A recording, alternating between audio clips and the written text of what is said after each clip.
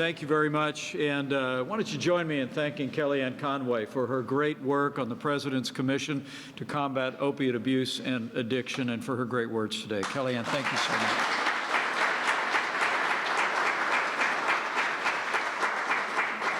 Honor to be with all of you today. Director McDaniel, thank you also for your remarks and your outstanding leadership. It is an honor to be here today with so many courageous men and women, so many representatives of law enforcement at every level from all across this country, leaders of the high-intensity drug trafficking area program. On behalf of the First Family, welcome to the White House.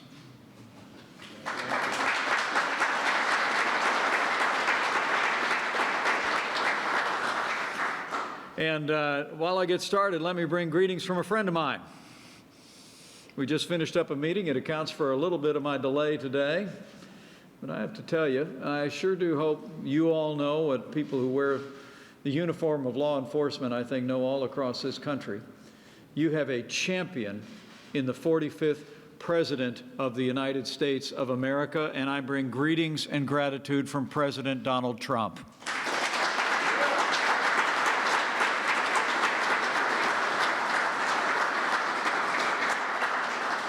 President and the First Lady, just like my wife and I and our family, our entire administration, are frankly humbled by the service and sacrifice of those who protect and serve all across our country. In fact, First Lady Melania Trump today spoke to the Community Anti-Drug Coalition of America and is actually visiting the Office of National Drug Policy today. It is a commitment of our First Family. I can assure you it is a commitment of our family. And I know it's a commitment that your family lives out each and every day. And we hope you'll convey our deep thanks to them as well. You know, my uncle was a police officer. I grew up traveling from the small town in southern Indiana where my family lived to go up to my dad's old hometown in Chicago. And I'll never forget the times that we were there and my uncle would put on his uniform and head out, and me and my 3 brothers and 2 sisters would always be so inspired. You know, you have no ordinary job. The truth of the matter is when you put on that uniform every day and you head out, you and your families know what the stakes are. So let me just assure you that you are heroes to your president, to his vice president, and you are heroes, and your families are heroes to every American. And we thank you for your service. We do. What brings us here today, and I trust is evident to each one of you in working in this critical federal and state effort, is that President Trump has made the fight against illegal drugs a top priority of this administration. You heard his commitment to that mission just 2 days ago in a State of the Union address, as the President told the nation that we are committed to put drug dealers out of business and truly make America safe.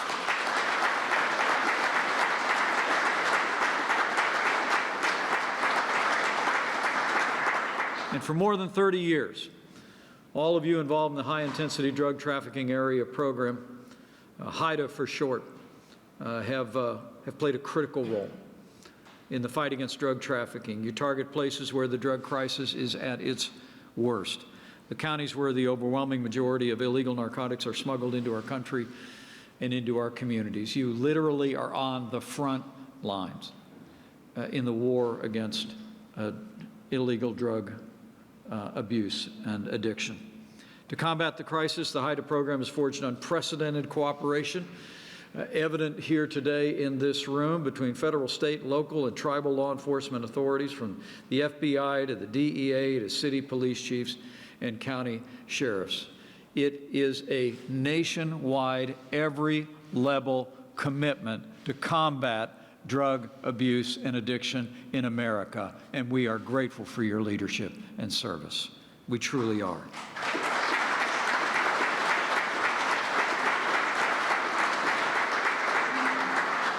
You know, there's no program like it anywhere in America. You share information, best practices with one another. You stand shoulder to shoulder to arrest smugglers, shut down manufacturers, get the deadliest substances off our streets. We all know the statistics of the heartbreak, the loss of life, and devastated families from drug abuse and addiction and the nefarious drug trade in this country. But you're also responsible every day for the stories that never happened, the drugs that never got to the streets, the families that were never shattered. And I want you all to know that the American people, this president and our administration understand that and are grateful for it. Today, this program is active in 29 key regions around the country, spread across all 50 states. From the southwest border to Appalachia, more than 21,000 law enforcement personnel are working every day to fight gangs, cartels, drug runners, large and small. Our administration has created the first new HIDTA initiative in 17 years when we brought this critical program to Alaska. We are growing a program that is winning in the fight against drug abuse and addiction in America.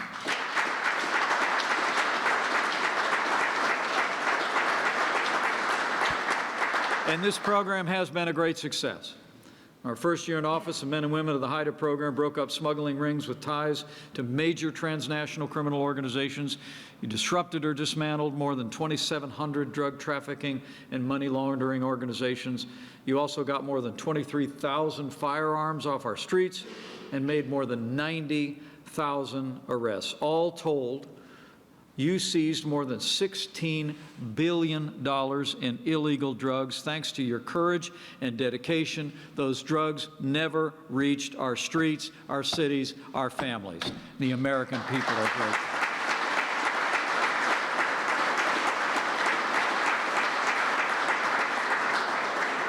You know, when I was governor of the state of Indiana, I put a special emphasis, as the president has, nationwide on the scourge of opiate abuse and addiction. I've sat with families at kitchen tables where there's an empty chair. I've heard the stories. I've also sat with people who've overcome addiction and are on the road to recovery. I've seen firsthand the impact of the work that you're doing, and I want to assure you of our admiration and our gratitude. These statistics are easy to breeze over, but you all look into the eyes of people that have been victimized by this nefarious trade, by the drug cartels, by drug dealers, and those who would profit from selling these poisons to our children, our families, shattering communities. The progress we've made, though, I think is better understood in individual stories, in individual lives. And you all have been saving lives, and you've been changing lives. And we've been making progress. The progress is a result of your leadership and your courage. And I believe it's also a result of our president's commitment to you and to your mission. Since day one of this administration, I'm pleased to report we've taken action to give you the support you need to accomplish your mission. Within the first month of taking office, President Trump signed an executive order to empower law enforcement to combat transnational criminal organizations, drug cartels, and gangs more effectively. He signed into law the historic opioid bill that enables law enforcement to combat the opioid crisis as never before. He's taken action and signed legislation to combat the terrible reality of human trafficking that so often follows a similar path of drug smuggling. And this president has not only been giving you the resources, but after challenging years for those in the uniform of the United States, this president and this administration have given the men and women of law enforcement the respect that you deserve every single day, and we always will.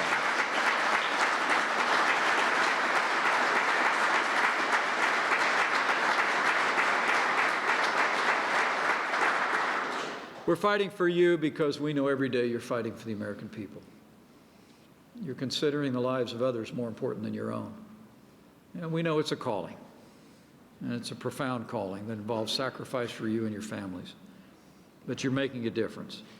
But despite the progress we've made, we know literally a river of illegal drugs still flows toward our country every single day. I received a briefing just yesterday at Coast Guard Base Portsmouth down in Virginia and saw firsthand the the flows of narcotics coming out of South America and Central America. I also learned of the daring Coast Guardsman who just sailed into port with more than 15 tons of cocaine they had captured from drug smugglers at sea. This mission is succeeding every single day. But nowhere is the crisis of illegal drug trafficking more evident or our challenge more profound than at our nation's southern border. And you know firsthand how serious this crisis is, because the southwest border high-intensity drug trafficking area is among the most active in this entire program. Last year, Customs and Border Protection seized more than 827,000 pounds of illegal drugs entering our country at our southern border. And that's just the drugs that they found. Mexican and Central American drug cartels, as you well know, are the main wholesale provider of drugs to street gangs and dealers across America. And their deadly trade brings suffering and devastation to families and communities across this nation. As the President said on Tuesday night, tens of thousands of innocent Americans are killed by lethal drugs that cross our border and flood into our cities. 300 Americans die every week from heroin, more than 90% of which comes across our southern border. And all told, across the nation, as you know, at the front of this fight, more than 200 people lose their lives to drug overdose every single day. Our hearts grieve for the loss of so many innocent lives. And they break for the families that have been left behind. We honor them by remembering them, but we also honor them by redoubling our commitment to secure our border and bring justice to those who would profit from their suffering.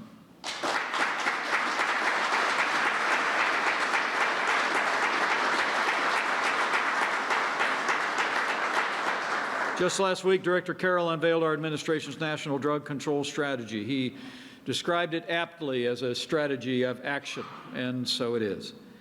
That strategy lays out our comprehensive plan to combat illegal drug use and drug smuggling, and the high-intensity drug trafficking area program is essential to our efforts.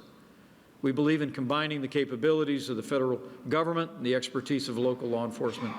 It's a powerful combination, and you can be confident of our continued support. We'll also make new and renewed investments in law enforcement at every level, as President Trump renewed his call for Congress to enact stronger drug protection at our ports and when it comes to the southern border. As Congress is involved in negotiations even at this very hour, let me assure you, we will not rest or relent until we have the technology, the personnel, and the barriers required to secure our southern border. We will build that wall one way or another.